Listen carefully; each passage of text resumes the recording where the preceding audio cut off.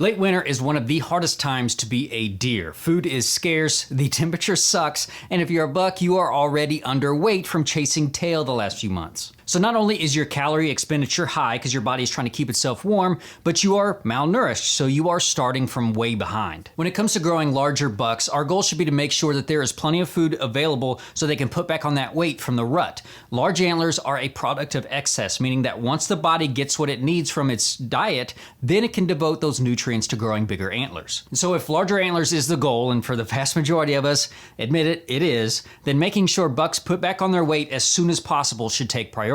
So in this video, we're gonna go over the best food that you have to add to your property if you wanna grow the biggest bucks around. But before I tell you what the best food is for doing this, do me a favor, and if this is your first time on my channel, hit that subscribe button. Make sure you click that bell icon so you can be notified every time I upload a video. And I'd also like to thank Bass Pro for sponsoring this video. If there is anything you need for the upcoming turkey season, or if you are in the market for a new gun, or you need to stock up on ammo, and let's face it, we all need to stock up on ammo, do me a favor and use the link down below so you can get everything you need and help support the channel. And so the food that you 100,000% need to grow the biggest bucks around, it's not supplemental feed, it's not those beautiful food plots, it's woody browse. I know it's not as cool as big, beautiful soybean food plots or as popular and easy as throwing out bags of corn or overpriced processed feed, but woody browse is what carries deer over from the last bit of acorns to spring green up when they can get all those forbs. Now that doesn't mean that minerals and supplemental feed in our food plots are bad. They are definitely great things to have,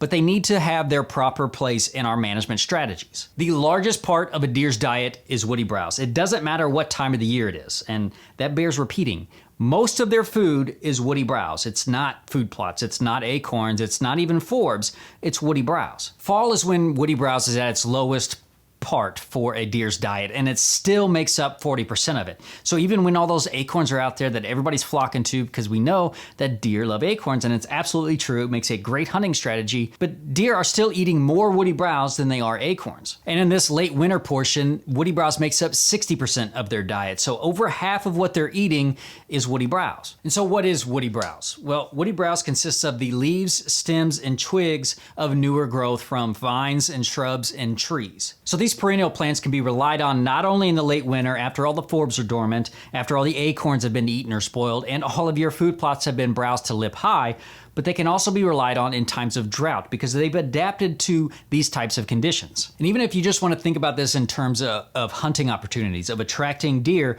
if you know that woody browse makes up the bulk of their diet regardless of the time of the year, then you know that if you key in on these areas, you're going to have great hunting opportunities. So instead of spending a ton of money buying a bunch of supplemental feed, reach for a chainsaw instead and start putting some woody browse out on the landscape, especially if your timber looks like this. There's absolutely no food value and no cover value in this. And sure, you can still put out a bag of corn or a mineral block out in front of your cameras to get pictures, to take an inventory, but just know that that's not what's growing bigger antlers, that's not what's making a healthier deer herd. And so the best way to increase the amount of woody browse out there on the landscape for deer is to identify the species that deer prefer to eat and then bring them down to a deer's level. By learning what tree species deer prefer to browse on, you can start to game plan and prioritize for doing some of your timber stand improvement. So species like elms, flowering dogwoods, hackberries, and black gums, and so many others I can't think of off the top of my head right now, can provide some great woody browse for deer that they will travel for miles just to get to them. So if you can learn to identify these,